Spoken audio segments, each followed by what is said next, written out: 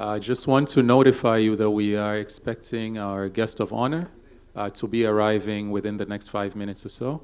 So just to make sure you are in your seats, and then we'll keep you posted and welcome him formally. Thank you.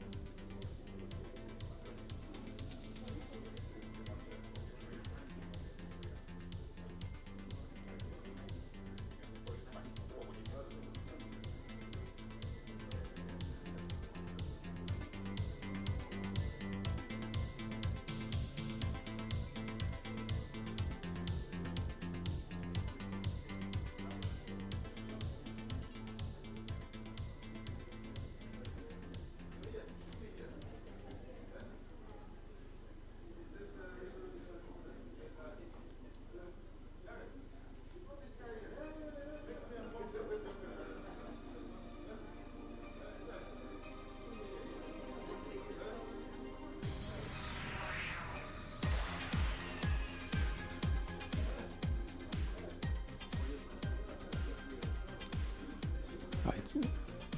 Hello, everyone. If we can all rise and welcome our guest of honor, uh,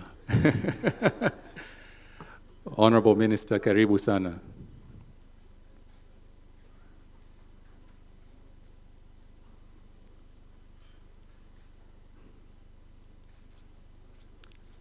Honorable Minister of Energy, January Makamba, distinguished guests, members of the media, all protocol observed, good morning.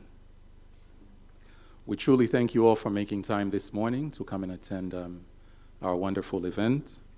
Our motto at Standard Bank is Africa is our home, we drive our growth, and it's in this spirit that we are here today. The potential that Tanzania has is unquestionable, both in its people and in its natural resources.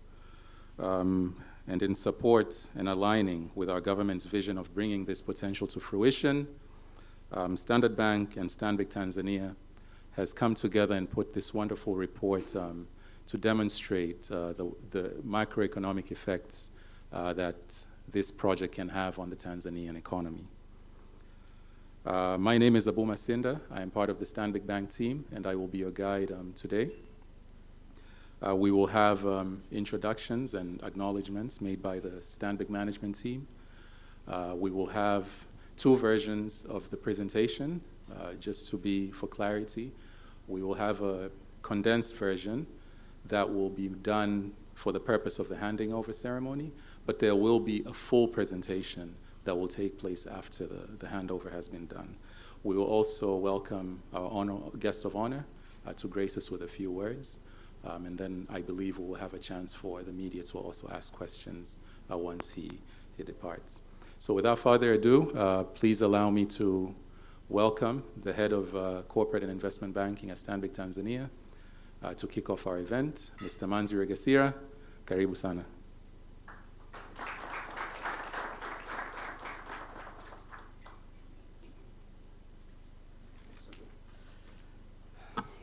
Thank you, Abu. Good morning, everyone. Honorable Minister January Makamba, distinguished guests, members of the media and civil society, and my esteemed colleagues, good morning.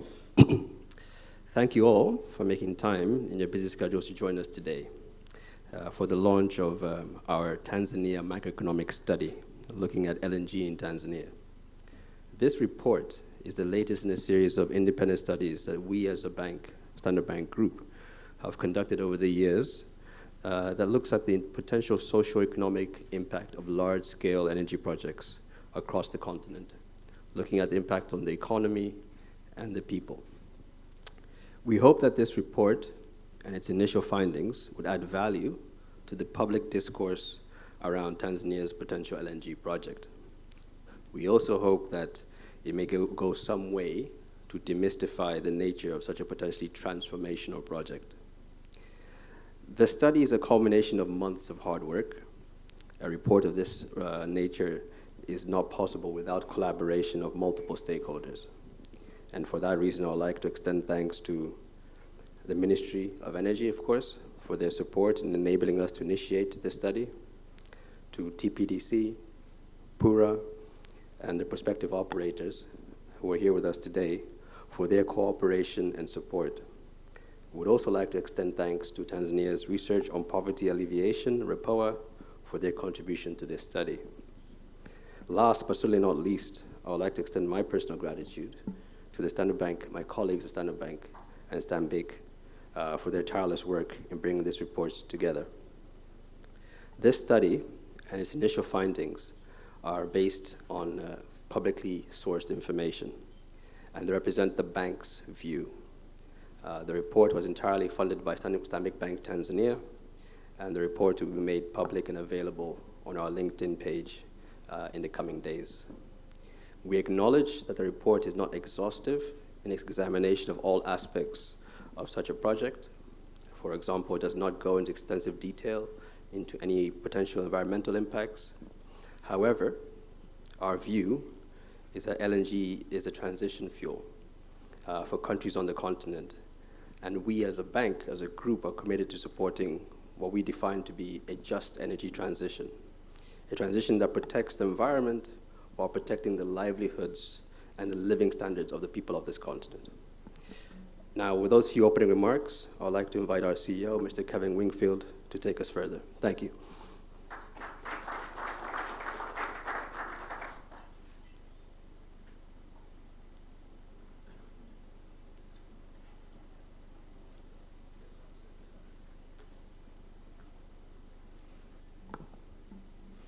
Thanks, Manzi. Good morning, everybody, and welcome. Honourable Minister of Energy, Honourable January Makamba, distinguished guests, members of the press, some of our esteemed stakeholders and colleagues, team from Stanbic Bank. Ladies and gentlemen, good morning once again.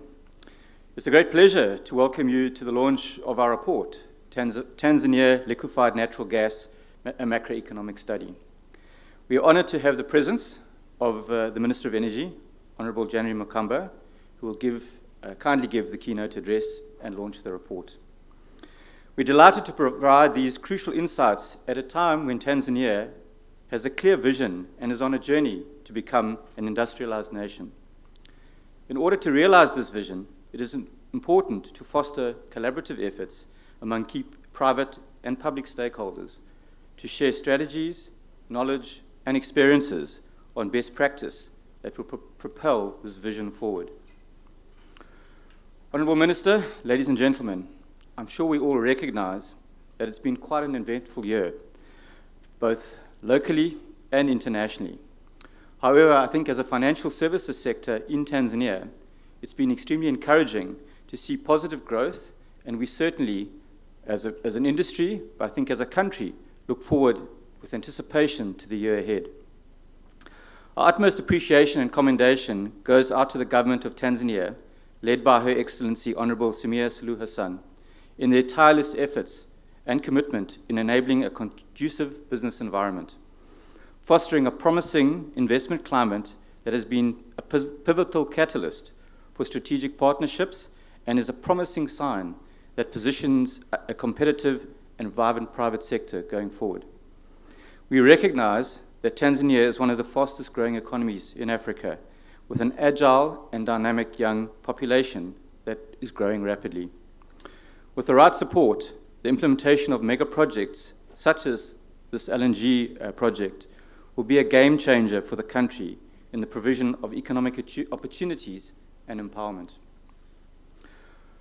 Honourable Minister, I would like to take this opportunity to thank our partners, you and the government of Tanzania, and other key stakeholders, which Manzi has already mentioned, who assisted us in providing information, input, and analysis to complete this LNG macroeconomic study. I would also like to highlight the reasons why we as Stanbic Bank chose to commission and sponsor this study. I think the first reason, Standard Bank is the leading oil and gas bank in Africa and has done many of these similar studies in the likes of Mozambique and Uganda. Our objective is to improve the value, measurement, and impact that these investments can make through quantifying and enumerating the socio-economic effects of such projects on the country and its people. I have pleasure to declare that in Tanzania, this is the first of its kind in terms of studies that can be used by policymakers, public, and other interested parties. We hope that this report will spur conversation and debate among various stakeholders on the relative merits and demerits of this potential project, and encourage all of us to come up with workable recommendations that will ensure the success of and that all benefit from the outputs of this project. The second reason is that with this report, we hope to provide further enlightenment on the opportunities for investing in Tanzania and ultimately encouraging more investment in Tanzania. Gas is critical to Tanzania's economy as a transition energy and increasingly in demand in Africa and globally. Additionally, we believe this initiative is part of the bank's commitment to support a just energy transition. And as Manzi indicated, as Standard Bank Group, we see gas as a key transitional energy source. Thirdly, this report brings to the forefront the importance and opportunity of local content, innovation, and incubation. Earlier this year, as Stanbic Bank, we launched our Stanbic Business Incubator in partnership with the National Economic Empowerment Council in training, coaching, and mentoring 500 SMEs to better equip them to participate in the opportunities that surround large projects like the LNG and present for local content. I think as an example, we've actually just had our first cohort going through our incubator, and really the feedback is extremely positive. We've had a number of the delegates who are running businesses come back to us and say we've successfully been able to bid for contracts and won those contracts, which previously they had struggled to do. So we're really excited about some of these this initiative. Honourable Minister, ladies and gentlemen, in conclusion, I'd like to emphasize that contributing to Tanzania's development has been at the core of our operations since we established in the country in 1995. As the largest banking group on the continent, we recently celebrated 160 years, and over 27 years in Tanzania. We believe we are well positioned to continue being a catalyst for inclusive and sustainable growth across Tanzania and Africa, and we believe this can be with our mutual efforts. Our purpose, Tanzania is our home, we drive our growth, is perfectly aligned with the work we are doing to support the successful implementation of the LNG project. Thank you very much. Asante sana.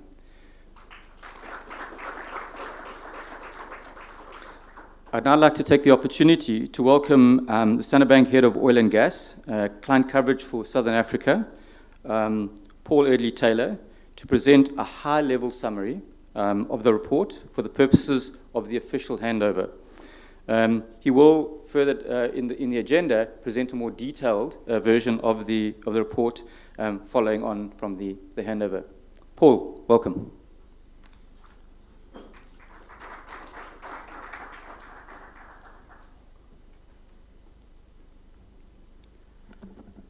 Good morning, everybody. All protocols observed.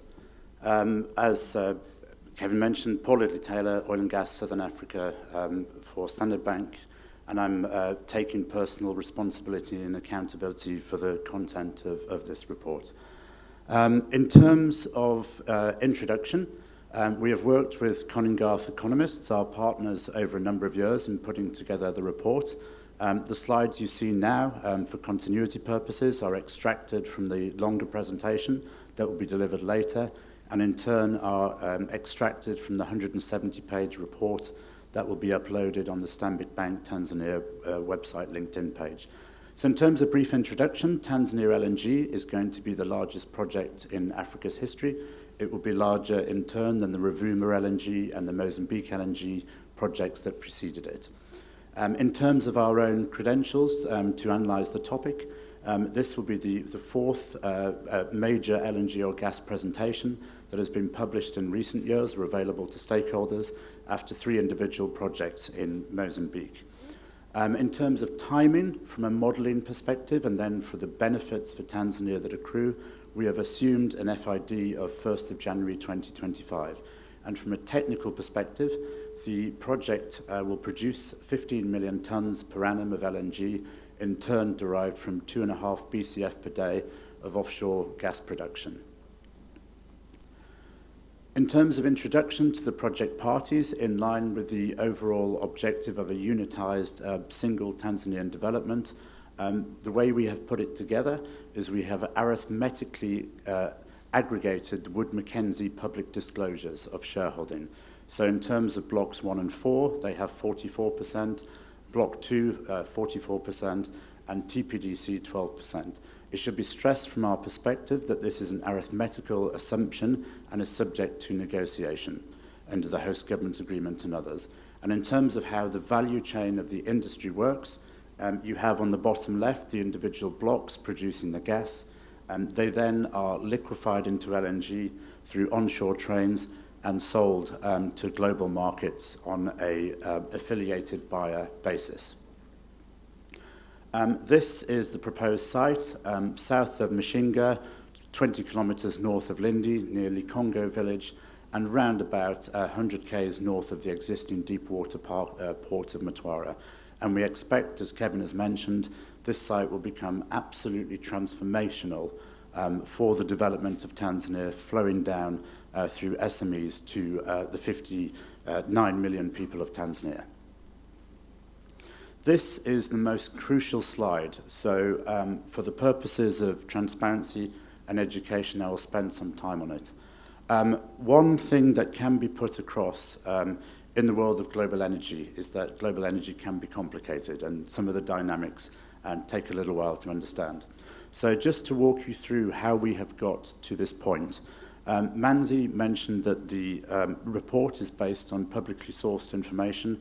I can confirm that everything can be downloaded or purchased with a credit card, Wood Mackenzie subscriptions and so on. But just to walk you through it, On the left-hand side, going numerically on the numbers, number 1 to 4, how we came up with the financial assumptions that have been used.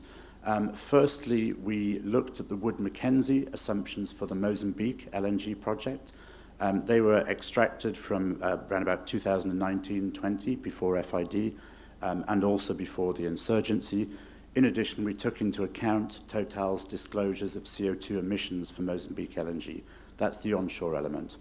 In terms of the offshore element, we relied on Rovuma LNG. The reason for this is that Rovuma LNG is deeper water than Mozambique LNG and more representative of the number of wells and the costs of Tanzania LNG. Thirdly, Manzi's mentioned already the importance of the energy transition. From our perspective, we as a bank, we have a climate change policy, and this report is entirely in line with that. And what we relied on in terms of the future emissions and the potential cost of those emissions in Tanzania was the IEA's Road to Net Zero report. So what the project has undertaken in the study is effectively it's making 2 commitments for study purposes. The first one is to be net zero by the time of first gas in 2030 using best available technology. But that notwithstanding, it's impossible to say today, technically, how exactly that will be achieved. Will it be through technical abatement, whether it will be through offset schemes such as reforestation and so on? So for these reasons, the project has self-taxed itself at the rates specified in the IEA's Road to Net Zero report for emerging markets. And that cost is assumed to be recycled and spent within Tanzania on abatement projects. Then lastly, we have the Wood Mackenzie disclosures on Tanzania itself. So the fiscal structures that have been published for blocks 1, 2, and 4, and PwC's country taxation guide. All of those are essentially on the left-hand side to form a soup. We then have a passage of time adjustment for inflation, and you get to a series of cash flows for a project that starts in FID 2025, operations 2030, and runs to 2059. But it's important to say that these assumptions we've used needed to be verified, they needed to be assessed by the sponsors. So the sponsors have made individual operator disclosures, each of which is outlined on the screen you see there and fully detailed in the report. And what this is to do is to enable civil society and the media to trace the whole path of how public data assumptions and operator disclosures lead to the financial results we've done. So they're on the screen, but just to pick a good example, something about a topic which nobody in this room can control is, of course, the future direction of LNG prices or oil prices. So for the purposes of an analysis, we used 4 different prices, $5.50, $7, $10, and $12 an MBTU. And the consequences of those different prices flow through the report. Another example is local content, about which Kevin has spoken earlier, where there was an assumption that 17% of the capex of the project, a very large amount of over $5 billion, ultimately emanates from Tanzania. And then just a brief word on the calculation methodology in the platform. Firstly, we're all aware of the current turmoil in global energy markets, in part driven by Russia-Ukraine. So accordingly, we froze the data at the 18th of February 2022. So that is the assessment date and the calculation date. So the current volatility around spot prices and so on has been ignored for the purposes of the report. And then lastly, to mention a brief word on the calculation platform. Again, as a bank, we are very much driven by the need to demonstrate and outline to the public why gas should be a transition fuel globally and what the benefits to producing markets such as Tanzania are.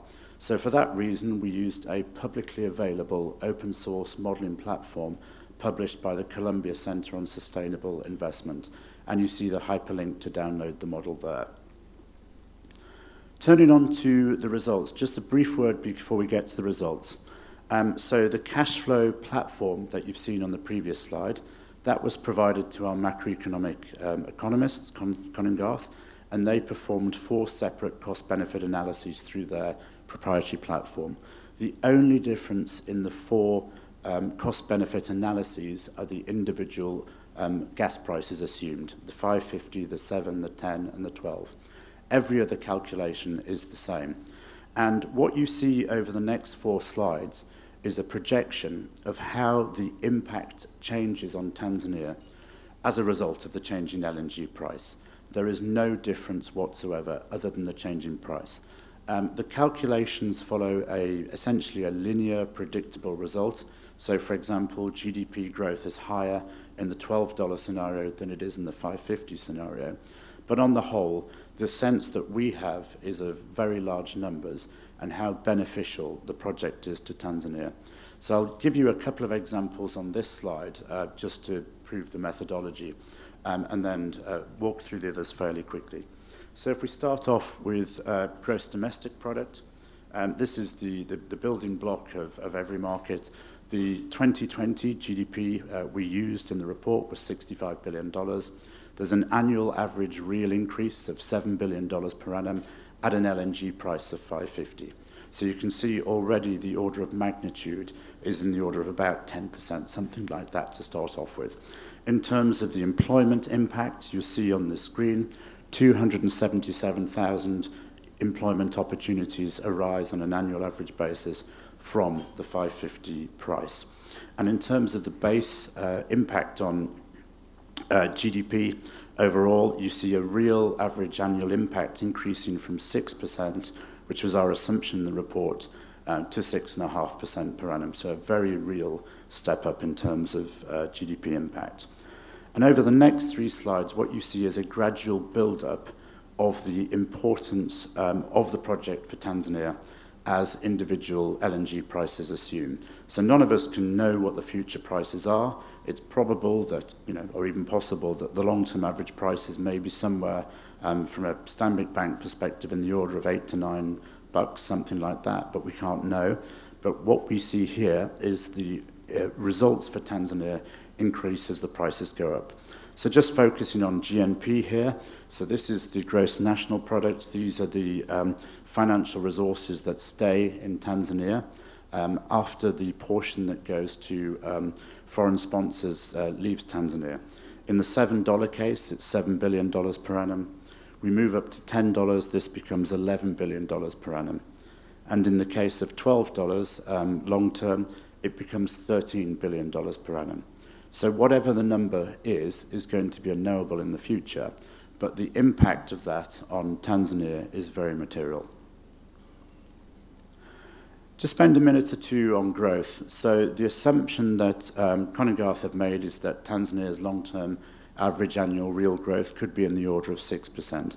And see here you see color-coded the differential growth impacts arising from the different LNG prices.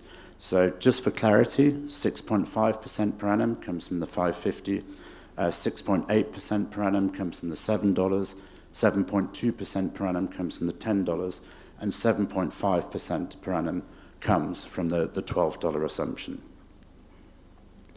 So what are the main conclusions that we have from the project? I think the first one is that the financial and macroeconomic impact on Tanzania is absolutely enormous, absolutely enormous. Ultimately, a lot of this investment comes down to how much money you put in the first place. So the assumption of our study is that TPDC puts in its own resources, which is around about 12% of the overall project costs. That's our assumption. And in practice, that could be assumed by leverage, reduced by leverage. That is the sole contribution of Tanzania's own resources, and the results you've seen on the screen arise from that. I think what is super, super important is the development impact on the ground. As an African bank, we spend a lot of time looking at our markets, which regions are growing and why are they growing. We also spend a lot of time at the moment looking at global markets, which are oil and gas and non-oil and gas success stories, a good example being Guyana. And we are very excited by the potential for Lindi Mtwara and also the potential impact moving further south into Mozambique of an overall Rovuma corridor development spanning the 3 provinces.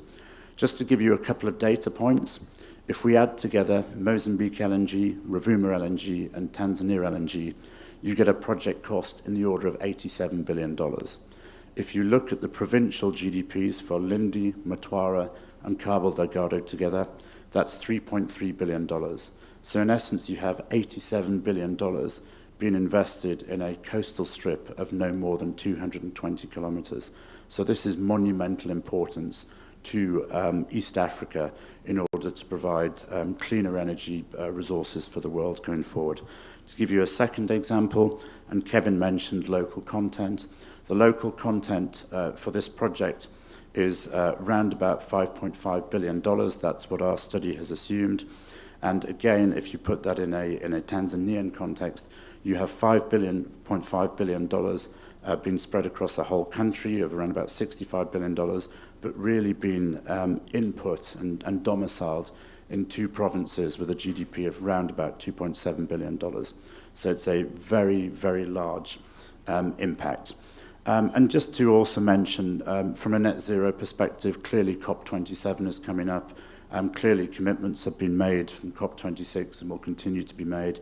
The assumption in the study is that Tanzania LNG will be a Scope 1 and 2 net zero project from first gas onwards in 2030 and is expected to produce LNG until 2059. So on that basis, thank you very much.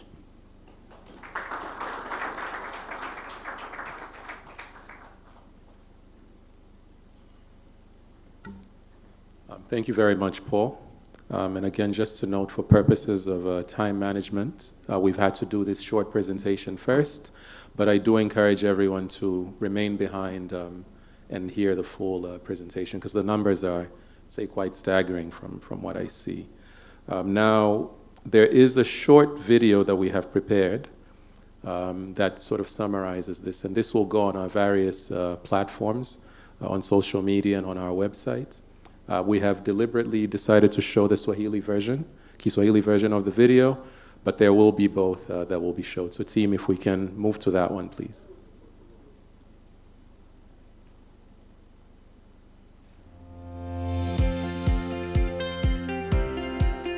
Tanzania tumejaliwa maliasili za kutosha, mbuga za wanyama wa kila aina, madini mbalimbali ikiwemo dhahabu, tanzanite, almasi na mengine mengi. Na kati ya maliasili hizi ni gesi asilia ambayo iligundulika baharini katika mwambao wa Mtwara na Lindi.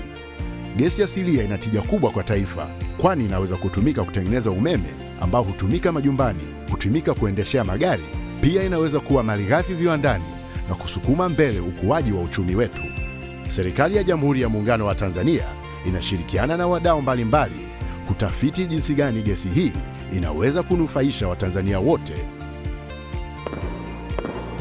Tunaweza kufanikisha hili kupitia mradi wa mabilioni ya dola utakaowezesha kuvuta gesi kutoka baharini, kuichakata na kuitengeneza mpaka iwe tayari kuuzwa katika masoko ya ndani na nje, na pia kutumika kama malighafi ya kuzalisha umeme nchini. Nchi yetu itafaidikaje? Mradi huu utaleta umeme majumbani kwa maelfu ya Watanzania. Pia italeta ajira kwa mamia ya Watanzania. Itawaongezea ujuzi mpya wafanyakazi mbalimbali katika sekta ya viwanda, pamoja na kutengeneza fursa kwa wajasiriamali wakubwa na wadogo. Hali kadhalika, kwa kuuza gesi ya ziada katika nchi za nje, tutaweza kuongeza kipato cha taifa. Kipato hicho kitawekezwa hapa hapa nchini katika shughuli za kimaendeleo, ikiwemo ujenzi wa shule na kuajiri walimu, ujenzi wa hospitali na kuajiri wataalamu wa afya, pamoja na ujenzi wa miundombinu mbalimbali nchini ili kurahisisha usafiri. Faida zake lukuki, na dunia inavyoelekea kwenye matumizi ya vyanzo safi vya nishati, mradi wa LNG unaweza kuisaidia Tanzania katika mwelekeo wake huo huo, kutoka vyanzo vichafu vya nishati vinavyoharibu mazingira yetu kwenda kwenye vyanzo safi vya nishati, huku ikisaidia ajenda ya nchi kuendeleza ukuaji wa sekta ya viwanda. Tuungane pamoja katika kufanikisha mradi huu na tufurahie matokeo mazuri yajayo, tukiwa na mtazamo kuwa inawezekana.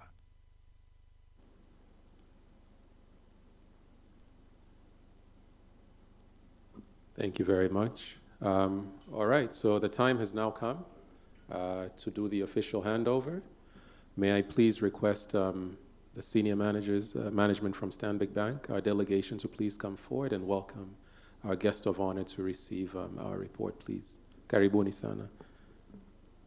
we can have the camera people get ready to take pictures.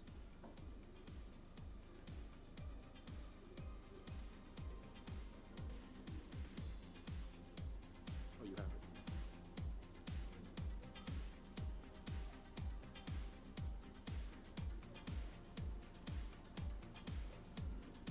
So it's my great honor to officially hand over the report to the Honourable Minister on behalf of Standing Bank. You'll see that there's English and there's a camera in the Minister, thank you very much.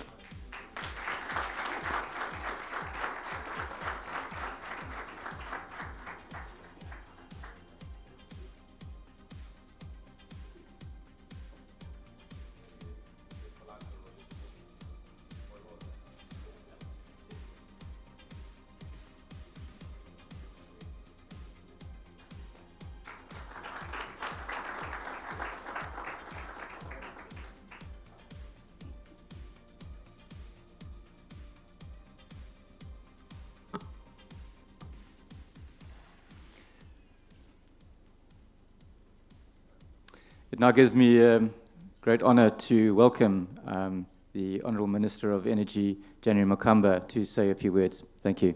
Thank you, Minister.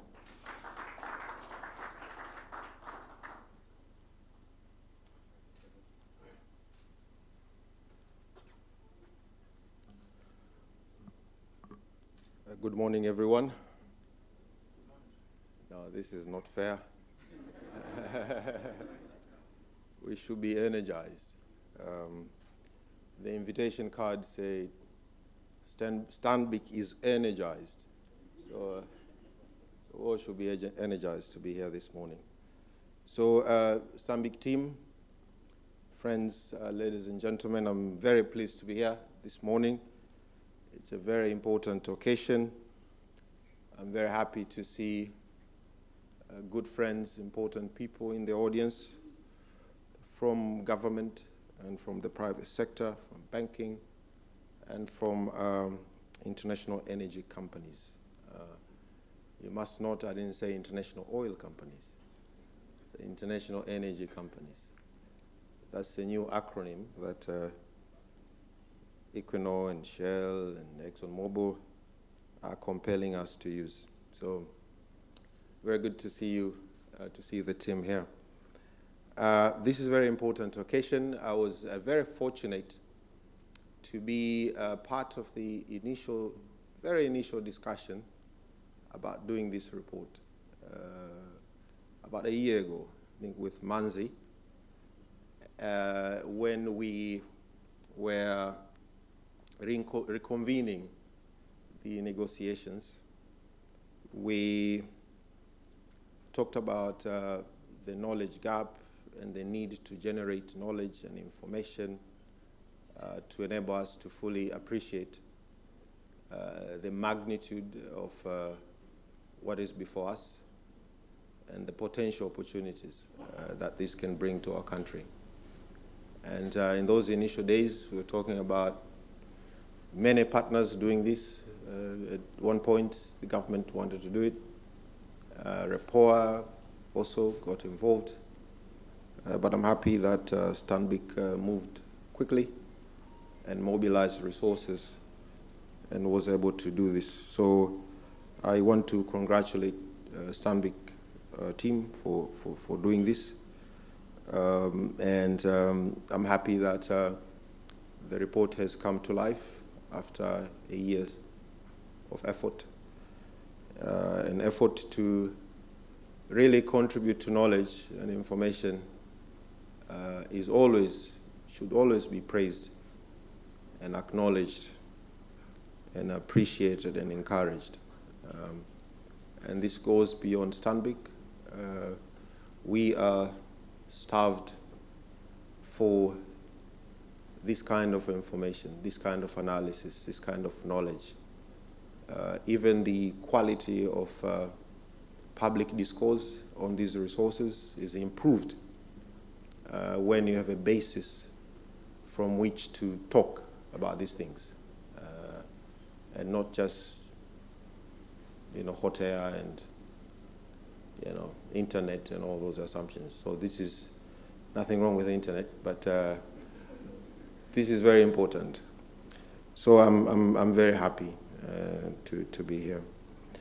Of course, many people are anxious about where negotiations stand. I must say briefly, without really meddling, that we are going on very well. As an update,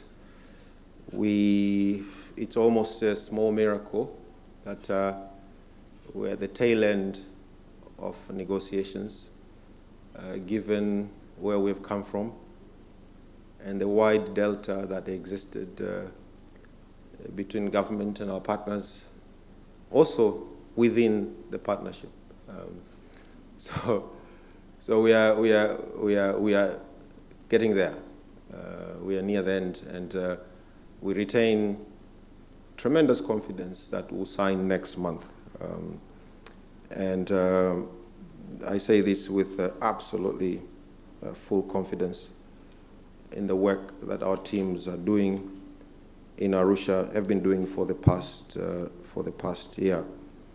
So we will sign next month. I'm happy to see our partners are here from Shell and ExxonMobil. And I think they're here also as my chaperones to make sure that I don't say anything that will imperil the negotiations. I want to give you confidence that don't worry about it. We will be disciplined in our statements because of the sensitivity of the negotiations and the time which we are at in these discussions. But I also want to commend the commitment really from all the partners, IECs in Tanzania, for really demonstrating good faith and serious effort in getting to an agreement. It's not easy. It has not been easy, but we have become almost a family now. After talking continuously over the past year, things become a little bit easier. But we're getting to a stage where some key and critical and important and foundational principles of the project have to be decided.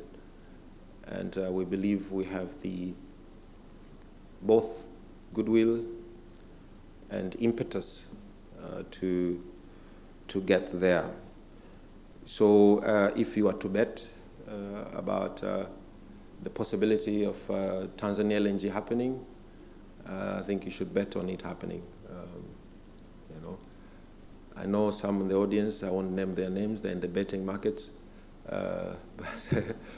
but your bet is safe on Tanzania LNG happening.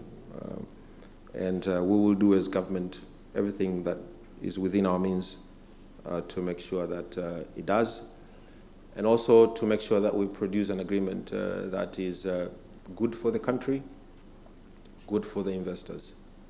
We, of course, appreciate that LNG, gas, is a global commodity. Its extraction and the costs and the technology and the market has international dimensions. There are certain things are within our hands and certain things are not. That we appreciate.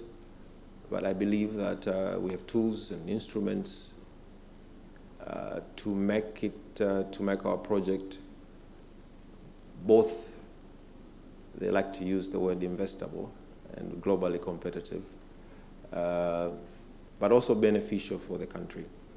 There is no dichotomy between a global competitive project and a benefit to the country. I think those two things can be achieved, and I think that's the objective under which we pursue in the negotiations. So just as a summary, that we are very hopeful that we are getting there. So back to the report. I like the report very much.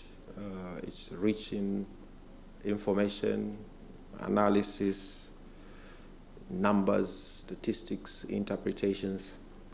That makes for a very interesting reading. But I'm also very happy that Manzi, Kevin, and Paul mentioned from the outset that these are based on assumptions. These are assumptions. They are confident, and we are confident in the model in which you put in the assumptions and you come up with the numbers. But it's important to know that some of the assumptions will change, may change, when we finally have a final agreement. And I hope that the model will be deployed again to give an output that is based on the actual outcome of the negotiations. I know some of our people in government were nervous when they saw the numbers here, 12%, 44%, you know. These are based on assumptions. TPDC participation is yet to be decided. It may be 12%, it may be less, it may be more. It's important that you know that, and also the media know that, you know. We don't expect a headline tomorrow that TPDC participation is at 12%. We haven't decided yet. Also numbers such as DOM gas, domestic gas, is also yet to be decided. But again, it's useful to play with these numbers because they help us to imagine different future, different possibilities from different scenarios. It's always a good exercise to be able to imagine and plan on the basis of different scenarios. And that is always useful. So not to denigrate or to reduce the importance of the report because it's based on assumption. It's still important. But also it's important to put a message out there that probably the final word, the final verdict on the proper macroeconomic landscape will be known once we have an agreement. And as I said, I hope that will happen very, very soon. So I noticed that when the bank people came to speak here, they were very, very brief. And this is a tradition of money people. And I was saying, God help me when I get there. You know, I don't go on and on and on, which is customary of us in politics. But I want to end with a couple of key messages. Number one, benefiting from these resources require capacity. It's not automatic. And that may seem counterintuitive. And in government and in development partnership, there's this word is called absorption capacity, that you actually need capacity to spend money. That may seem as an insult, but it's a reality. And we require capacity in manpower, because if you are to talk about local content, and if you want your people to be employed in this project, or in the economy that will result from the TLNG, you have to have that manpower to be employed. You have to have local entrepreneurs with the capacity to actually supply and participate. You know, you have to have public institutions that are able to respond to the vast demand that will come in the execution of this project, because we will be stretched to be able to do this. And that capacity need to be built from now. It cannot be business as usual in this. It's a huge investment. A lot of people and equipment will be coming into the country. A lot of information will be required to be shared. A lot of engineering will be going on site. So it will be something we have never done before. And we need to be able, public institutions, to execute this. So that's number one. Capacity building, both in terms of human resource, in terms of local entrepreneurs, government institutions, for us to be able to benefit from this. We realize this as government, and we're preparing as we speak.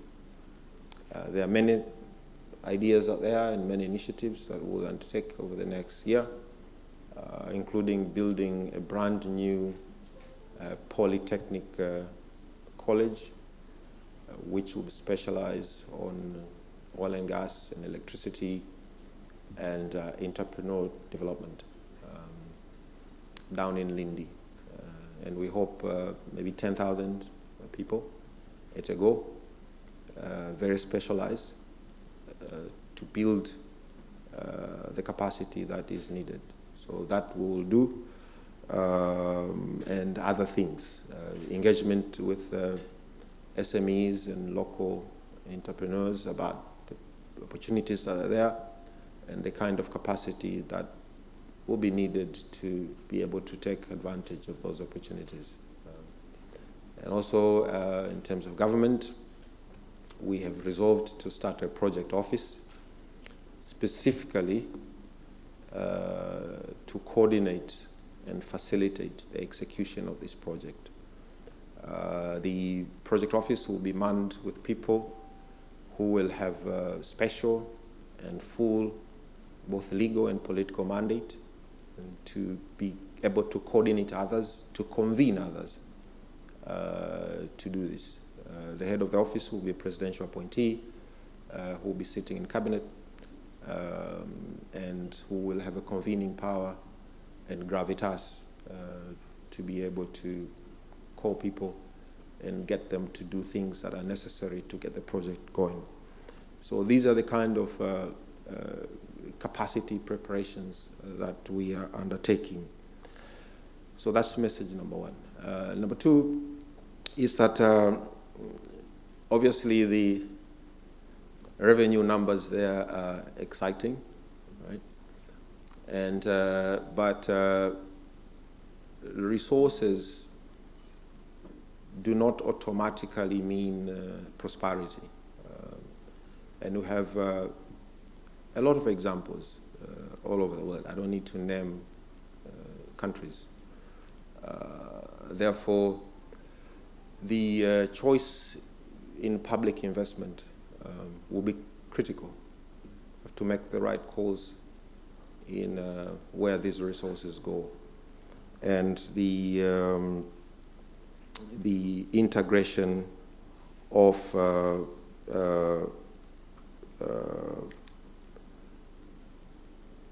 the gas economy with a broader economy also will be important, and we commit to undertake that as well.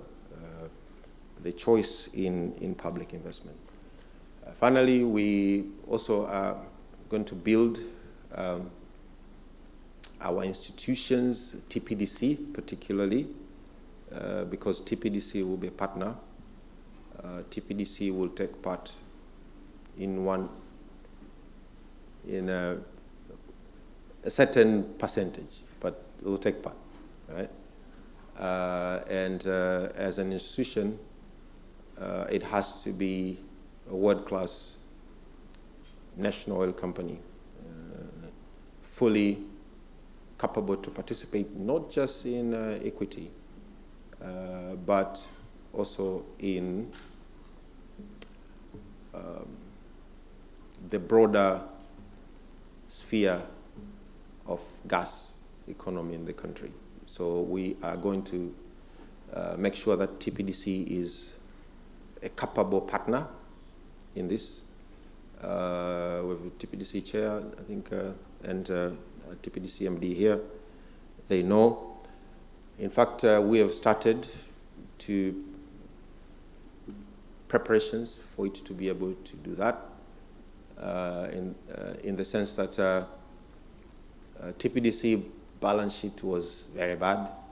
You know, the government made a decision about 3 weeks ago to take over a loan about $1.2 billion, which was in TPDC books, 2 government books. So the TPDC is lighter, balance sheet is lighter and attractive now. You know, we did the same thing to TANESCO. We converted TANESCO debt to government equity, about $1 billion, 2.4 trillion. These are bold government decisions which we have been looking to make over the past 10 years. But the President, High Excellency Samia Suluhu Hassan, was bold enough to undertake this.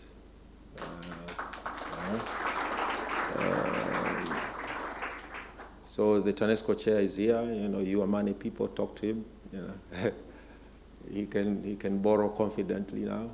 He's now, you know, he sits at the, he decides now. It used to be the case at 6 months ago, a year ago. So these are progressive, bold decisions in preparations for where we're going and for the kind of economy that we want to build and the kind of big parastatals that is on our ministry, that we want them to be of different kind. So TPDC will be a better partner in this project, you know, going forward. So finally, there is a big discussion about energy transition, the role of gas for the future of the planet. We appreciate that. We are part of the community of nations, family of nations. We understand that we all have to contribute to a greener, cleaner, decarbonized future. And gas is seen as a transition energy to, you know, cleaner, renewable energy. But if you ask me, I mean, this is the energy.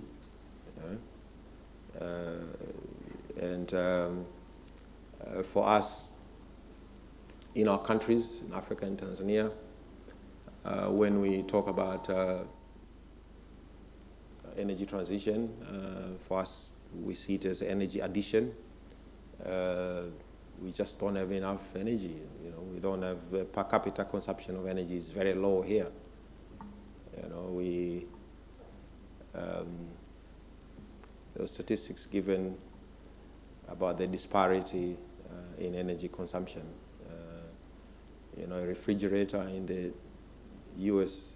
household, normal household, the amount of energy in that one appliance is enough to power multiple households in Africa for a year, right? You can look at this, you know, people in California use more electricity to play video games than the entire country of Nigeria in 1 year, right? So now, so when we talk about transition, for us, we want to just have more power, you know, both in metaphorical and real sense, by the way, right? So, and the main message here is we will be unapologetic in the extraction and consumption of hydrocarbons that exist in our countries for now, right? Our per capita contribution and total contribution in global greenhouse gas emission is very, very marginal.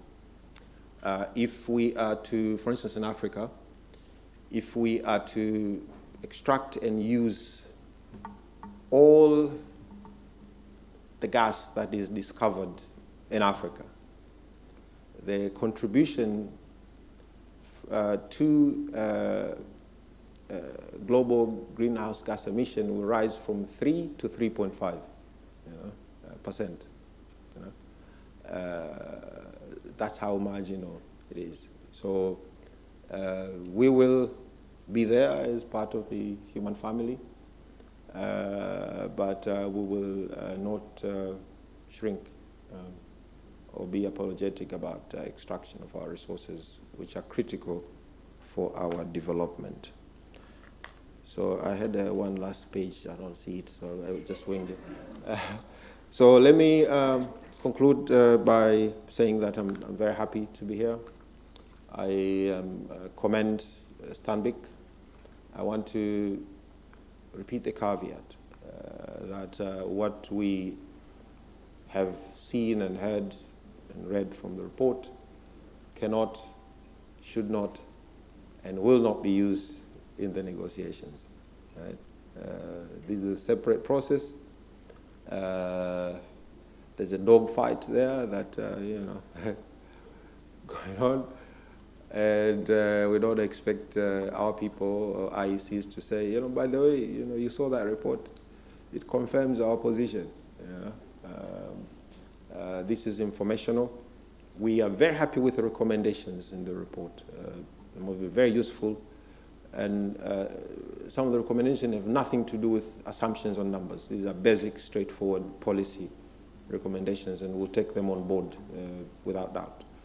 And I hope that the report will generate a conversation, and I hope others also will come on board with similar products, so that our discourse on these resources can be enriched and can be useful for our country's development. So I want to thank you again for the honor of inviting me here to launch this report. Thank you very much.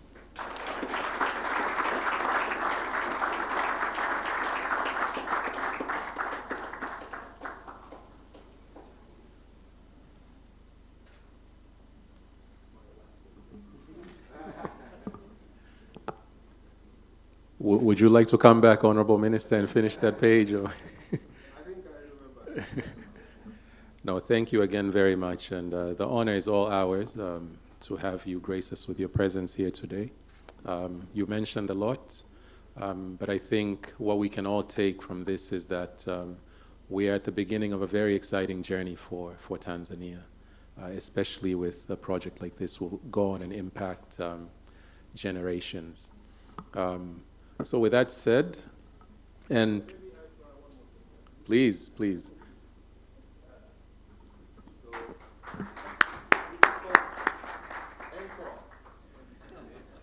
Without the once more chant. Okay, so I wanted to point out one important thing.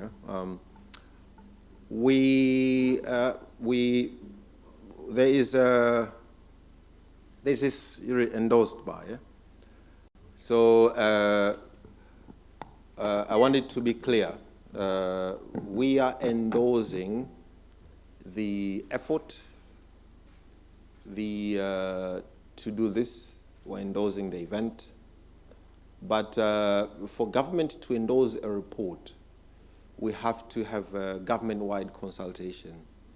We have to have a common read.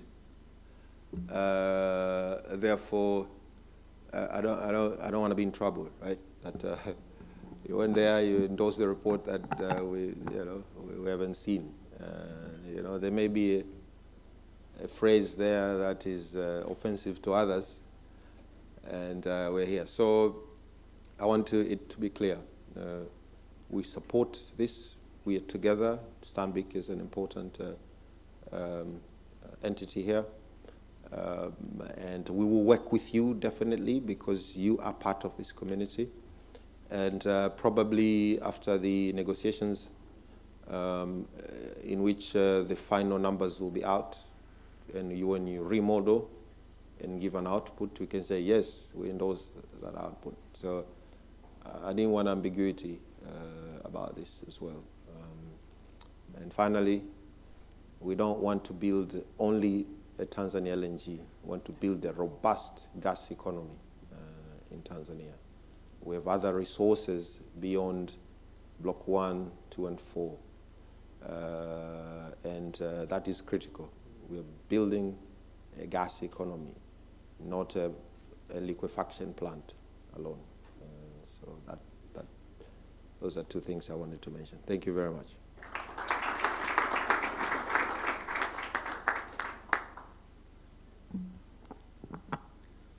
Asante sana, Honorable Minister. And we can confirm from the Stanbic side that the endorsed by does speak for this event, just so we also don't get into any trouble. So thank you to everyone. Thank you, Honorable Minister. And Stanbic is truly excited to see the future for Tanzania and work with the various stakeholders in this room. We have come to the end of the first part of our event. Honorable Minister, you're welcome to stay as we go through the longer version of the report, but we also wanted to accord you the chance, if you have to go and take care of your other matters, we wanted to give you that opportunity as well before we continue with the longer version of the report. So at this stage, we will maybe just take a quick 5 minutes while you make that decision, and then we will welcome back Paul to commence the full report presentation. And I do, again, recommend people to stay behind and take part in this. And afterwards, we will be handing out physical copies of this report. Thank you very much.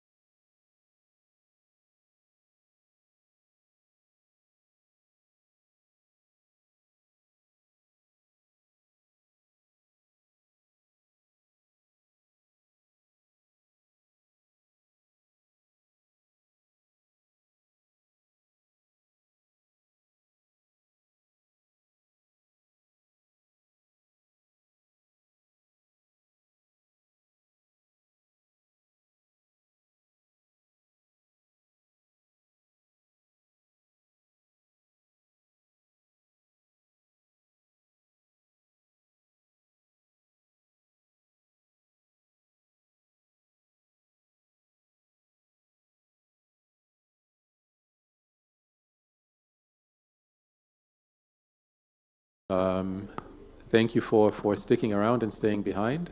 So for those of you still here, may I kindly request you just take your seats, and we welcome back Paul to begin the full version of the presentation.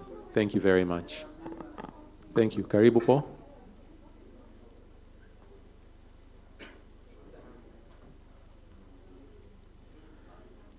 Good morning once again, and thank you to all of you who remain. And we do understand if you have to leave for other commitments.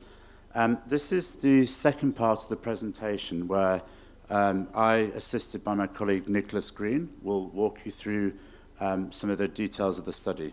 What we will do for the benefit of the audience here, plus also the audience online, is we will not seek to repeat points we've already made. But we'll try and add a little bit more colour in the light of the Minister's remarks to the topics we've discussed.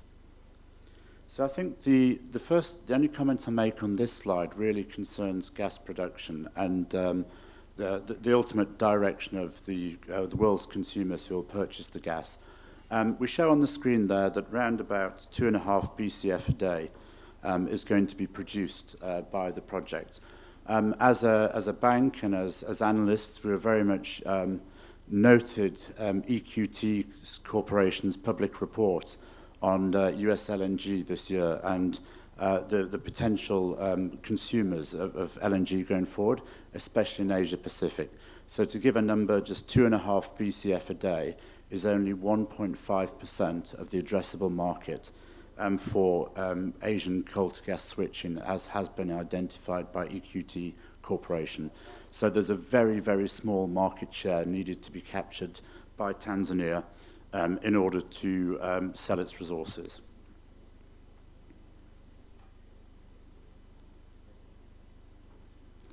And where is Nick for the model? Sorry, wrong one, sorry. Before we get to the model, just to spend a bit of time on regional development. It's reasonably well known that I worked on the Mozambican projects for a number of years, including 2 macroeconomic studies. So one of the things we've spent an awful lot of time on, and we're also delighted by Minister's comments here, is the overall interaction that potentially could happen between Lindi and Mtwara regions and Mozambique LNG. So you see on the screen the exhibit here, which is intending to show schematically the existing infrastructure in Lindi and Mtwara, plus also the potential infrastructure which could arise from what we call regional integration. So you see on the map here, you see a schematic of where the LNG site is at Likongo. You see at the bottom of the map where the Mozambican sites are. The difference between the two is only 220 kilometers. You also have the natural deepwater port of Mtwara that's been used by the project. You have an existing natural gas pipeline running from Madimba up to Dar es Salaam. And what we have envisaged in the report is that as part of the pre-FID process, one of the things that the government of Tanzania could consider is what we're calling the development of a regional corridor, a Ruvuma corridor between Mozambique and Tanzania. Some of the examples and possibilities we see is the building of a high voltage transmission line running north to south that ultimately extends across the border, potentially also including power generation sources within Tanzania. You have complementary infrastructure. Inland iron ore deposits are intended to be utilized and extracted and then taken out through Mtwara. There's a need absolutely for an expansion and a widening of the road network. This is going to be vital considering the heavy-duty traffic that will go between Mtwara and Lindi, among others. One of the things we have proposed a cross-border bridge between Mozambique and Tanzania that's nearer to the coast and can facilitate cross-border trade and investment better. In putting these thoughts together, we're very much influenced and intrigued by some of the global possibilities that have been developed over the years. Excuse me. So, for example, you have the Romco gas pipeline between South Africa and Mozambique. Can Tanzania's pipeline be extended south to Afungi? You have various global examples. Singapore, Malaysia are very popular border crossings. You have the current example of the Kazangula Bridge between Botswana and Zambia. We are fervent believers of taking advantage of some of the good historical examples that are out there. We've had a look at Amsterdam, Rotterdam, Antwerp, as was developed post-World War II, and how neighbouring ports have come together over time. And with that, I'll hand over to Nicholas to take us through the modelling section before I come back again.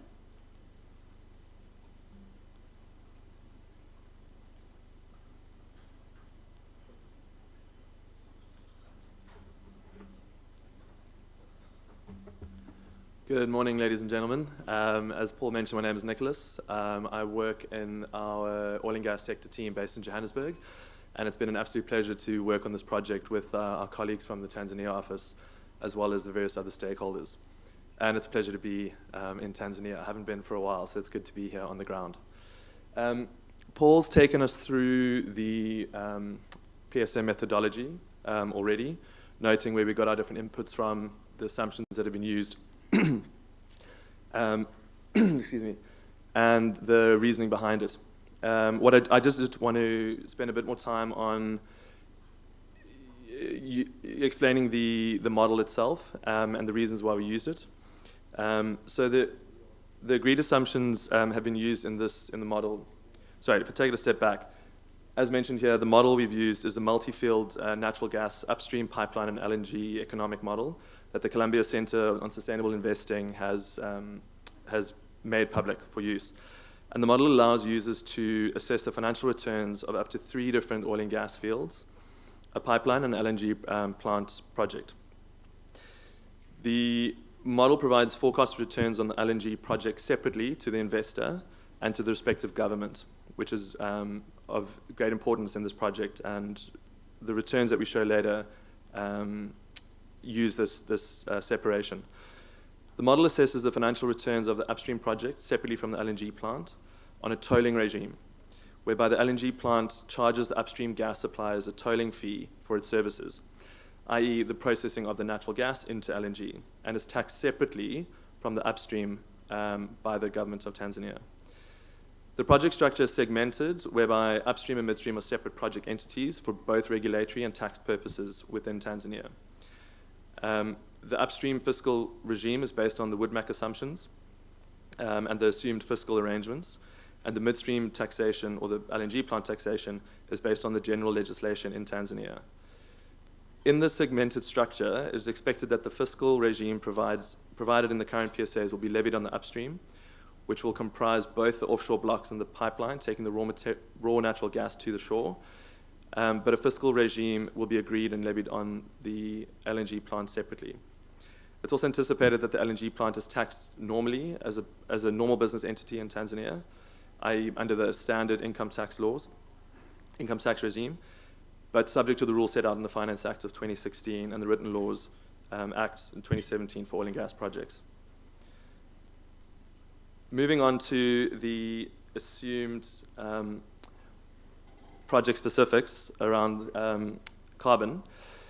So we looked at project-specific carbon intensity for the Tanzania LNG because the carbon emission intensity is becoming central to energy projects and capital allocation and investment decisions, particularly for greenfield projects with long project lives. Both, all the operators included here, Shell, Equinor, Exxon, etc., have all made public declarations around their roadmaps to a net zero emissions by various timescales, but largely by 2050. So in looking at modeling the project, we had to ensure that we included how the project would get to a net zero on at least scope 1 and 2 basis. Whilst Tanzania doesn't necessarily have a current levy on CO2 emissions, a cost of mitigating the impact of the carbon intensity of the project has been considered and included in the report, as it has an impact on the financial analysis and the outcome of the project. So what we did was we used the public declarations made by Total Energies on the Mozambique LNG project, which at the time was, I think it was 25 kilograms of CO2 per barrel of oil equivalent. We then also looked at Shell's public disclosures across their upstream and integrated gas segment, and this resulted at a carbon emissions of about 22.26 kilograms per kilogram of carbon per barrel of oil equivalent, sorry. So essentially what we did was we used, between those two, we used the higher cost or the higher emission just as a base case for the project in this case. We then used that emissions rate and applied a cost for it. The cost used was from the International Energy Agency's net zero emissions by 2050 scenario, where they give different carbon pricing for different countries, essentially looking at or dividing it up into advanced economies, select emerging market and developing economies, and then what we've used in this case is that what they deem as other emerging market and developing economies. And you can see the prices included on the screen, but essentially using $3 per excuse me, $3 per ton of carbon emissions in 2025, rising up to 15 per ton in 2030, up to $35 per ton in 2040, and $55 per ton by 2050. Sorry. We've also assumed an inflation of 2% on the proposed pricing for the periods in between those incremental steps. Essentially, by having the overall emissions and the cost per emission, we were able to come up with an absolute value that could be placed per year and for the overall project. Now, those costs would be charged by the project, and it could be used for various different projects in order to mitigate or decarbonize mitigate carbon emissions or decarbonize the process. We've included here some of the examples that could be used. For example, funding carbon sinks, the protection or preservation of existing forested areas locally and around the project, planting a new vegetation to create a forest environment, other things like restoring nutrients in poor soil, encouraging growth of endemic species, as well as protecting land for agroforestry crops. Outside of that, carbon sinks, there's also ways where you can invest this allocation of capital into developing new emission reduction technology, for example. So we've tried to take you through sort of where the assumptions came from, the model that we used, highlighting specifically how we got to our carbon assumptions. And this slide here essentially shows us the outcome across the different price scenarios for gas that Paul mentioned earlier. Just to reiterate, we modeled $5.5 per MMBTU, $7, $10, and $12. Again, we aren't predicting what the price will be, but this is just to show illustratively what the impact will be at these different prices. What I want to highlight here is that you'll see here, the difference in the IRR across the different segments of the project. So you have the upstream and the plant, as well as a blended IRR. What we've done is we've back-solved to ensure that the plant will always have a 10% IRR. This is just to ensure that the plant will run on a basis that makes it viable, so a 10% IRR post-tax. And then you'll see that the change here predominantly comes to the upstream at the price of the gas, moving from 5% at $5.5 per ton, by MMBTU, all the way up to about 15.3% when you get to the $12 mark. What you'll see here is that it's fairly linear, the outcome. While the government fiscal take rises slightly, it is fairly linear in line with what the price of the gas will be from the upstream. What we've also tried to show here, and it seems like a bit of an anomaly, is that the fiscal take, let me take it a step back, sorry. So what we have here at the top, you see the investor cash flow and then government cash flow. So in the structure, the government, as a host government, would have various royalties, petroleum tax, those sort of cash flows that will go to them. But in addition to that, with TPDC sitting as an equity holder of the project, you know, as Paul mentioned in that slide earlier, they essentially will have an increased take versus just the royalties and the petroleum tax because they're a part in the project. So the cash flows that they would receive for their potentially, say, 12% holding, we also then include into the bottom two rows here where we say, including the TPDC take. The anomaly here comes in, and I know these numbers look strange, that, you know, how's it possible for the government of Tanzania to have 214% of the project take? It's just because the way that the model works in that the investors are having to put in a lot of cash flow in the beginning for the capital investment. And when you look at discounting that over a course of, you know, the build period and the 30-year operational period, that those numbers get very, very small. And essentially, in a $5 case, the investor project cash flows are actually negative. So if they're going to be negative, it means that the government's cash flows will be positive in order to get the overall project cash flows to positive. Hence, the government fiscal take looks much higher than what reality would be. But essentially, it is the majority of the fiscal take in that sense. So in all three cases, the investor IRR is below, in the first three cases, is below the public blended IRR of other project benchmarks. For example, LNG Canada, Pluto and Scarborough, which are around the 13% mark. In all cases, the projected government of Tanzania income is very large. You know, Paul mentioned some of the, you know, what the impact on GDP would be across the different price scenarios. But we need to make sure that the IRR or the return that the investor gets is still, you know, benchmarked to what their hurdle rate would be when they look at, you know, capital allocation across their global portfolios. And then just to show the last point on the slide here is just to give a sort of overview as to what a regional sovereign bond yield would be. And again, this was, as Paul mentioned, taken from February this year, where, you know, 10-year maturity was looking at the likes of, you know, 7% in comparable economies.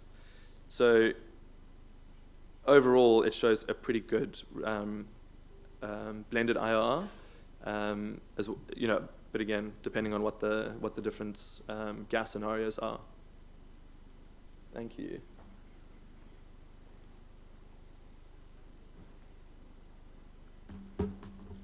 Thank you, Nick. Back again for viewers in the online audience. The purpose of this section is really to take you through some of the more detail underpinning the studies, so future viewers and analysts and researchers can have full confidence in how the output was got there. So just a brief message on the cost-benefit analysis process that Con & Garth followed, the assumptions that went into the cost-benefit analysis. These were added to the cash flow model we've already talked about. The only difference between the cost-benefit analyses were the individual LNG prices assumed, 550, 7, 10, and 12. Other than that, the results will be identical because all the assumptions are the same. You see the time periods on the slide, they're common. You see the employment numbers at site, they're common as well. So the results will be common with the exception of the prices assumed. In terms of the results, I'm not going to go through each and every slide in detail. I'm just going to mention a couple of the benefits and then just unpack some of the reconciliation of the numbers, and then leave it to the audience to go through the report in the future, and of course we're available for questions. So just to give you a couple of examples of what things actually mean. At the moment, Tanzania is a fuel importer. You'll see in the report that fuel imports, obviously prices have gone up recently, cost in the order of about $1.6 billion per annum.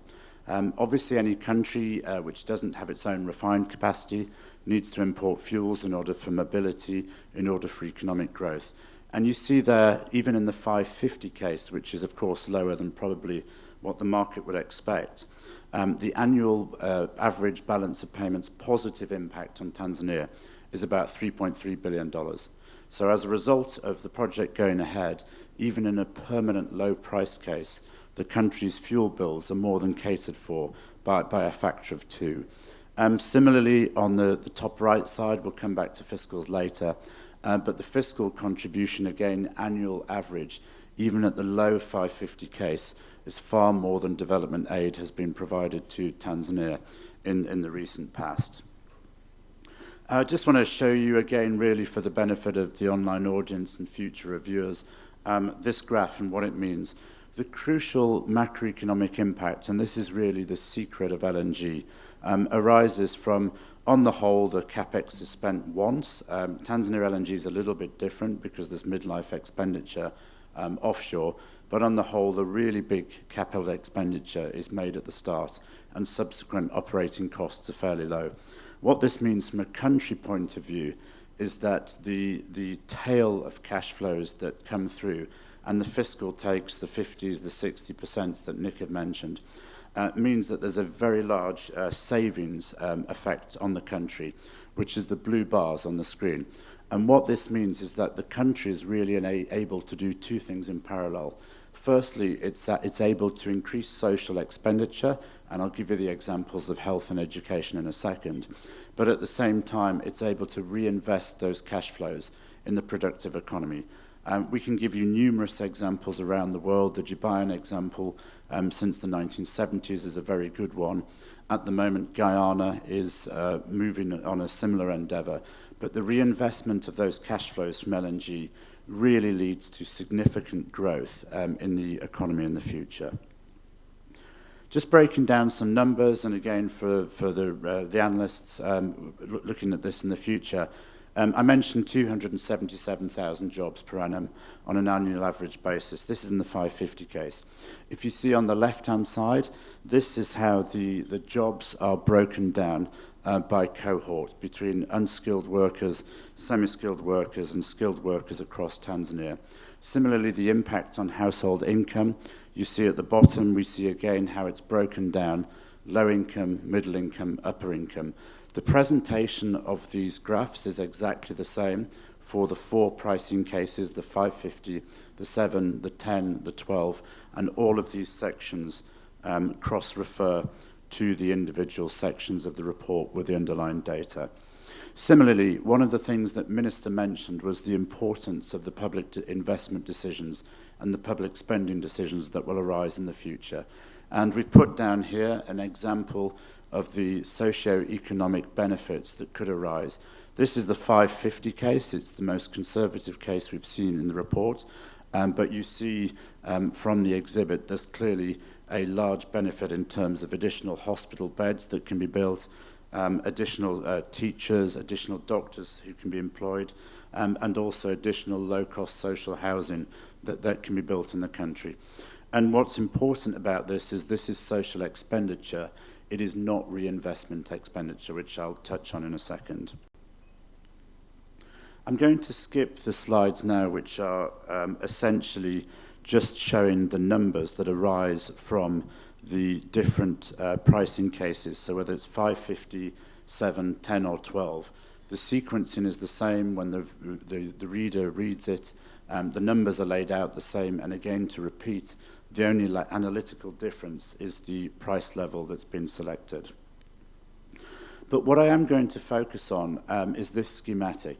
And this single schematic really shows the power of an LNG project for an individual country, in this case Tanzania. So if we start off at the red, it's not quite drawn to scale, but hopefully you'll get the message. If we start off at the red, you have 6,000 construction jobs. Those jobs lead to the construction of the plant, as has been discussed. And there will be 500 permanent employees at the plant. And this is where the power of an LNG project for an underlying country comes in. Of course, we don't know the numbers. We don't know the numbers at this stage. They vary according to price. But what the price scenarios do is they have an impact on the overall macroeconomic development of Tanzania. So if you look at the green, this is the supply chain, the indirect element of the economy. These are the suppliers to the project, the suppliers to the suppliers of the project, and so on. And you see, according to the pricing range for LNG, there's a big impact on employment. So in the low case, you have 84,000 annual jobs. In the $12 case, you have 243,000 jobs per annum that arise from the LNG project. And then you have the economy-wide impact. So again, according to the prices, the number of jobs per annum vary, but it ranges between 191,000 per annum for the 550 case, up to 401,000 in the $12 case. And what's important is to recognize that whilst we're talking about employment in this particular exhibit, the same ratio really applies for the other elements. So just to give you an example of GNP, which is the money that stays in Tanzania after external investors have withdrawn their dividends.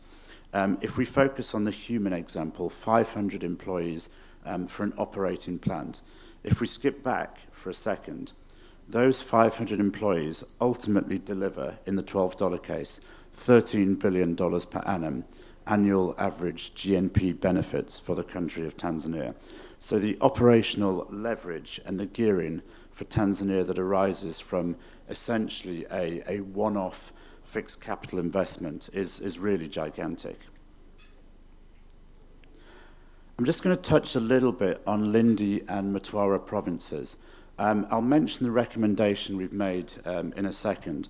But one of the things we did on a snapshot basis, and I say snapshot, this is preliminary, because we've recommended further study, is the large impact of the overall size and scale of the project on the individual provinces. So taking the two together, Lindi and Mtwara provinces around about $2.7 billion GDP at the moment, plus minus. The data isn't perfect, and we've recommended further study. But if you look at just the $7 case, so this is not the lowest case, the 550, and not the highest case, the $12 case, but you see in the $7 case, you see the individual impact on Lindi province is an increase in GDP of $3.6 billion per annum. Similarly, in the case of Mtwara, it's $2.6 billion per annum. So you have a provincial GDP, taking the two together, of about $2.7 billion at the moment. The average annual impact on those two provinces, just in the $7 case, is $6.3 billion per annum. So the order of magnitude of the impact on Tanzania is really exemplified by the case of the host regions of Lindi and Mtwara. So just turning on to the conclusions and next steps, and here I will try and dovetail with Minister Makamba's comments on and what the next steps are likely to be. I think the first one to make is that we understand the host government agreement is under advanced negotiations. As has been mentioned before, we've worked off publicly sourced information. We have no input or insight into that process. We very much hope that the results arising from this study will show that the HGA, when executed, is designed to be for the economic benefit of Tanzania, and we support that. What we would say, though, is that the scale of Tanzania LNG on the government side and on the public side would lead us to a recommendation that we hope the government of Tanzania appoints a multidisciplinary experienced advisory team to essentially get this deal done as soon as possible. One of the examples that we were really struck by when we went through the national visions of Tanzania, as have been expressed, going all the way back to 1983, was a recognition of what Malaysia did back in the day. And the phrase Malaysia Inc. was used in the government documentation. From the Stanbic side, we like to use the Inc. phrase as well. So we would argue and advocate a Tanzania Inc. Approach should hopefully be followed to execute the project as soon as possible. So turning specifically to the policy options that we've put forward in the document, these are not recommendations. The bank doesn't do recommendations. We just mentioned some options for a government to consider. And these really arise from the numbers that have been published. So you arguably have a so what factor. So here's some numbers. What are we proposing should arise from that? I think the first one that comes across to us is we would advocate the fastest possible FID of Tanzania LNG should be pursued.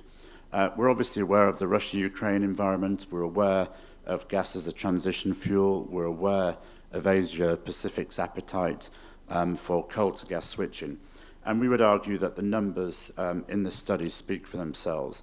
They underpin the growth of Lindi and Mtwara. I've mentioned those numbers just now. And they also underpin the potential movement of Tanzania towards the 8% GDP growth target outlined in the 5-year development plan.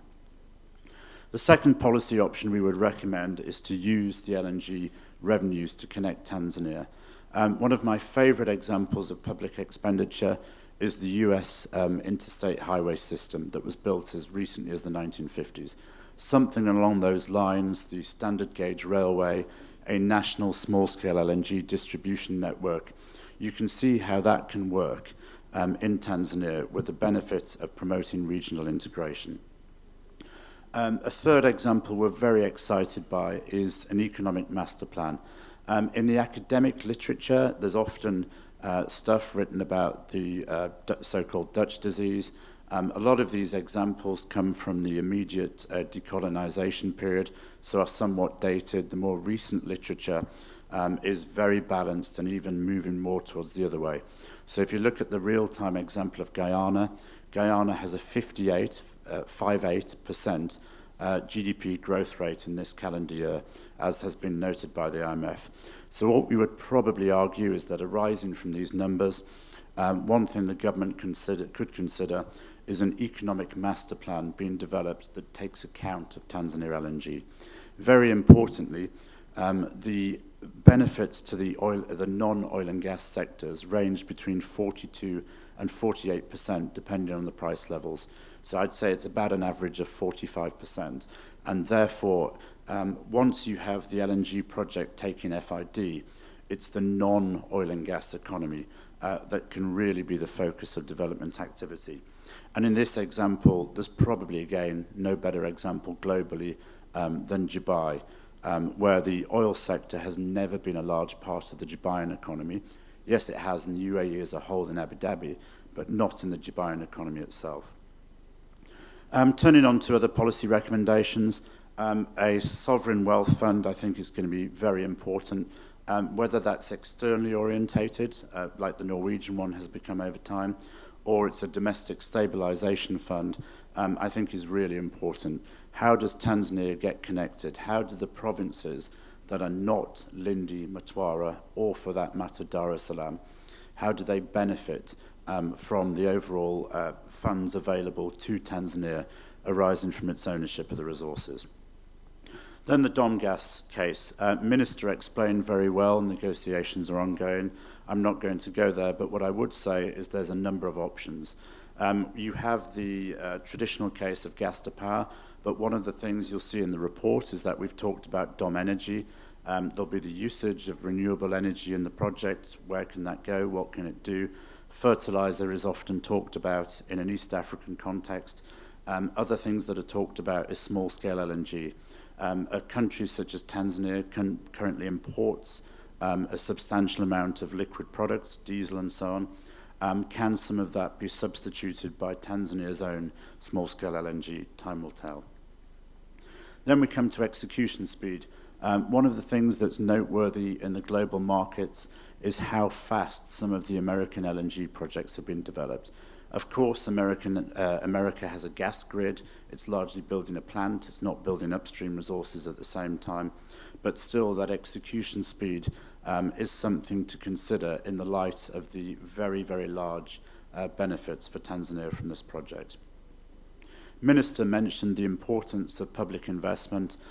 This is echoed in one of our recommendations for policy options, where the importance of fiscal and revenue management to avoid potential leakage and to make sure that the individual...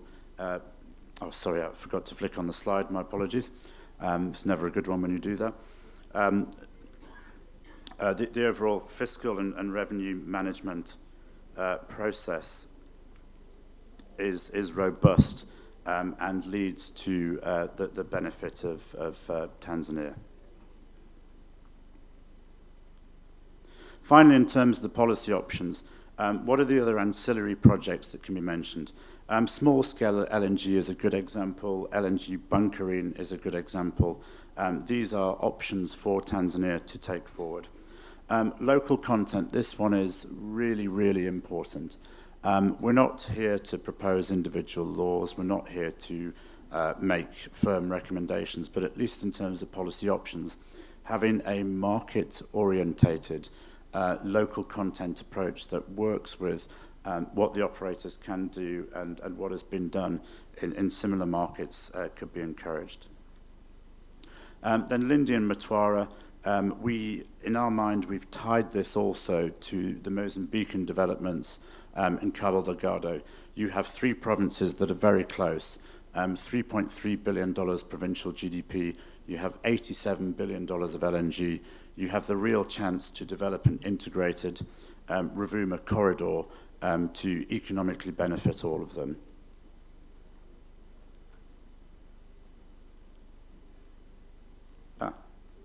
And then the clicker is stopped on the final slide.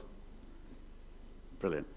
Can anyone on the AV team help me on that?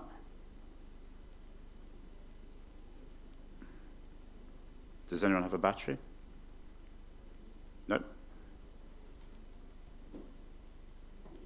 It's the next slide if the AV team, which is the final slide.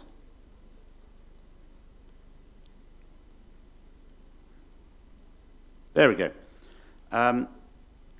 So just to finish off, these are the formal recommendations that were made in the report to which Minister referred to in his speech. So we made 4 recommendations.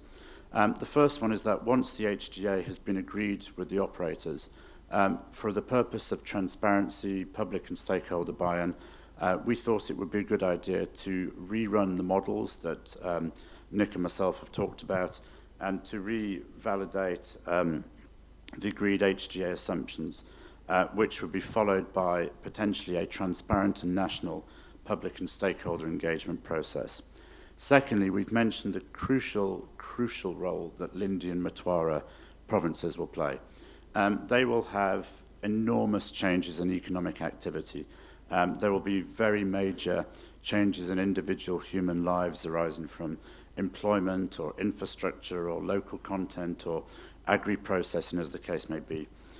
We recommend that the government should commission a regional economic model of those 2 provinces to determine and guide Tanzania LNG's multifaceted impact on those provinces. We believe there's enough time in the lead up to FID to facilitate this. Thirdly, and this is a wider regional point, we recommend that the government of Tanzania and the government of Mozambique discuss a little more a multi-stage regional energy infrastructure, transport, manufacturing, services, agro-processing and tourism cooperation. This is really important from our perspective. Just to give you a couple of, one real example and a silly example. The real example is you have $87 billion of onshore LNG developments taking place in $3.3 billion of provincial GDP. That's within 220 kilometers of each other. That's the real example. A silly example is, depending on the ultimate configurations of plants, you could have roughly 20,000 construction workers, huge amounts of economic activity flowing around. We would argue something like 2 country visas, so tourists can go between Tanzania and Mozambique, flights between the lights of Mtwara and Pemba on the south could be something that we considered going forward. And also there's many, many, many beautiful beaches, lodges and tourism resorts around the south of Tanzania and the north of Mozambique that could be taken advantage of. Finally, Minister mentioned about DOM gas. I'll make one point as well. The DOM gas study that was concluded in Tanzania in 2016, from our perspective, is a little bit out of date. Clearly prices change. Perhaps there needs to be more analysis of what individual impacts of prices are on individual projects, how do they raise capital, and also some of the options that were in that document, gas to liquids, methanol to gasoline and so on, don't really reflect the current market in 2022. So we would also recommend that that study is updated from its base date to take account of market developments. And finally, as we end this session, we confirm that the full report and the presentations you've seen now and the previous one will be on the Stanbic Bank Tanzania LinkedIn page to download in the coming days. Within those reports, there's a feedback mechanism, so if there are any questions on the individual assumptions that have been utilized or on the calculation process or the calculation methodology, they can be addressed to the guys in the report, which is myself and Joe Mwanjuki of Stanbic Bank Tanzania. So with that, it's been a privilege on behalf of Stanbic Bank to prepare this report for the benefit of the people of Tanzania, and we would really hope and really encourage the stakeholders, both on the international energy company side and the government of Tanzania, all the best to the conclusion of a successful transaction and an FID for the benefit of Tanzania. Thank you very much.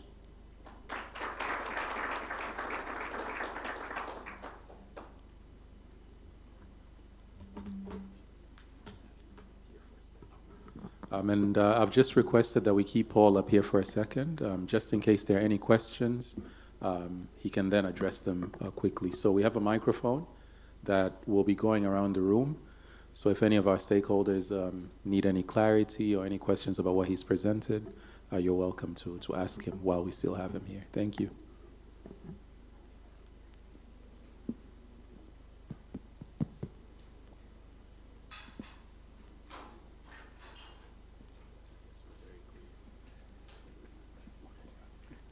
I guess he was very clear then. Oh, there is one. Okay, thank you. All right. It's David Tarima. I'm chairman CEO Roundtable and senior partner at PwC. I heard in the narrative on the assumptions around the fiscal assumptions and the laws as at 2016, 2017. Just in terms of assumptions on production share, I don't know if there's any further clarity you can give on that as regards those assumptions. And then I think just secondly, an observation. I think it is really important, this question of making people understand the concept of the discounted rate of return, which I think is really lost, and your presentation does bring it out. And I think the more we have information around that, the better I think it informs some of the discussion and debate, because at the end of the day, I guess it's about opportunity cost, right? It's investors' funds, and what do those earn in a real sense? Thank you. Yeah, thank you very much for the question, David. I can answer both.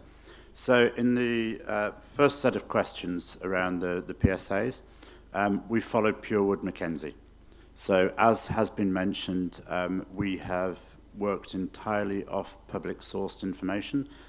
Anybody with a credit card can buy a Wood Mackenzie report, and the Wood Mackenzie reports that were up to date and published at February 2022 were the reports followed.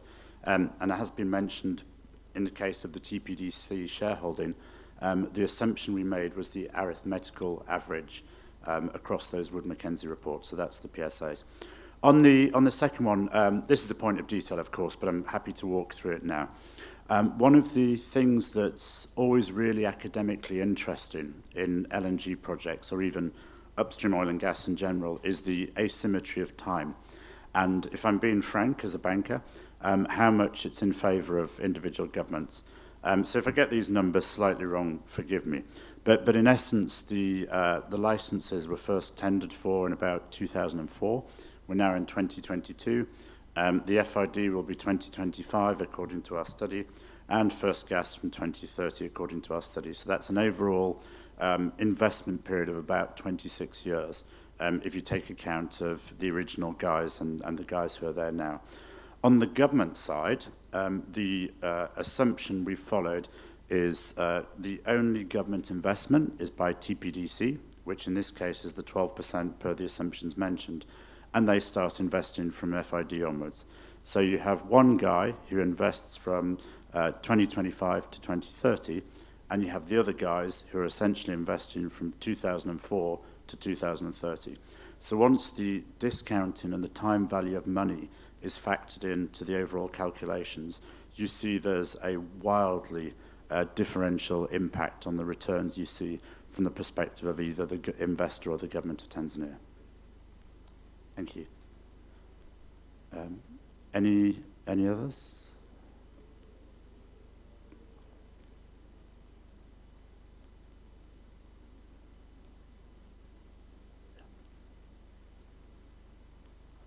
Thank you very much, Paul. And I think with that, we can formally close our event.